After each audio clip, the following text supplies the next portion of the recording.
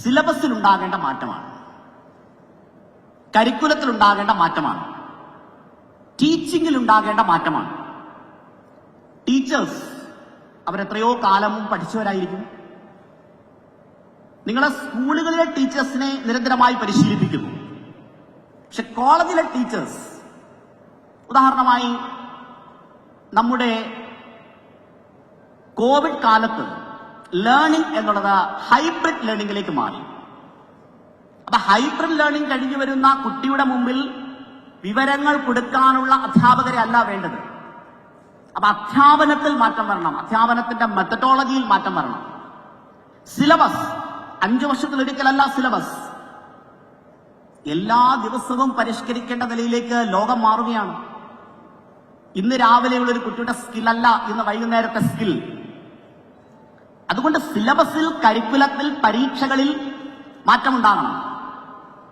കുട്ടികൾ ലോകത്തിലെ മറ്റു രാജ്യങ്ങളിലേക്ക് തൊഴിൽ തേടിയല്ല പഠിക്കാൻ പോകുന്നു എങ്കിൽ കേരളത്തിൽ തന്നെ അവർക്ക് പഠിക്കാൻ കഴിയുമെങ്കിൽ ലോകത്തെ കേരളത്തിലേക്ക് എത്തിക്കാൻ കഴിയണം. അവിടെയാണ് ടാൽറോപ്പിന്റെ ഒരു സാധ്യതയെ ഞാൻ കാണുന്നത്. കേരളത്തിലെ യൂണിവേഴ്സിറ്റികൾക്ക് നിങ്ങളുടെ 4 വർഷത്തെ കോഴ്സ് ഡിസൈൻ ചെയ്യുമ്പോൾ അതിൽ 1-2 വർഷം ഈ കുട്ടിക്ക് ലോകത്തിലെ ഏറ്റവും മികച്ചൊരു യൂണിവേഴ്സിറ്റി പോയി പഠിക്കട്ടെ. ഇനിയും പോയി പഠിക്കുന്നതിന് സാധ്യതയില്ലെങ്കിൽ അവരിങ്ങോട്ട് വരട്ടെ.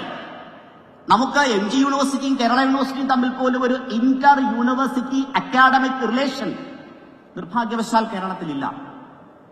അപ്പൊ നമുക്കിങ്ങനെയുള്ള കമ്പാർട്ട്മെന്റ്സിൽ നിന്ന് മാറി കേരളത്തെ ആകെ ഒരു യൂണിറ്റായി കണ്ടുകൊണ്ട് അവിടെയും പരിമിതപ്പെടാതെ ദ വേൾഡ് ഈസ് ഫ്ലാറ്റ് എന്നൊരു പുസ്തകമുണ്ട്.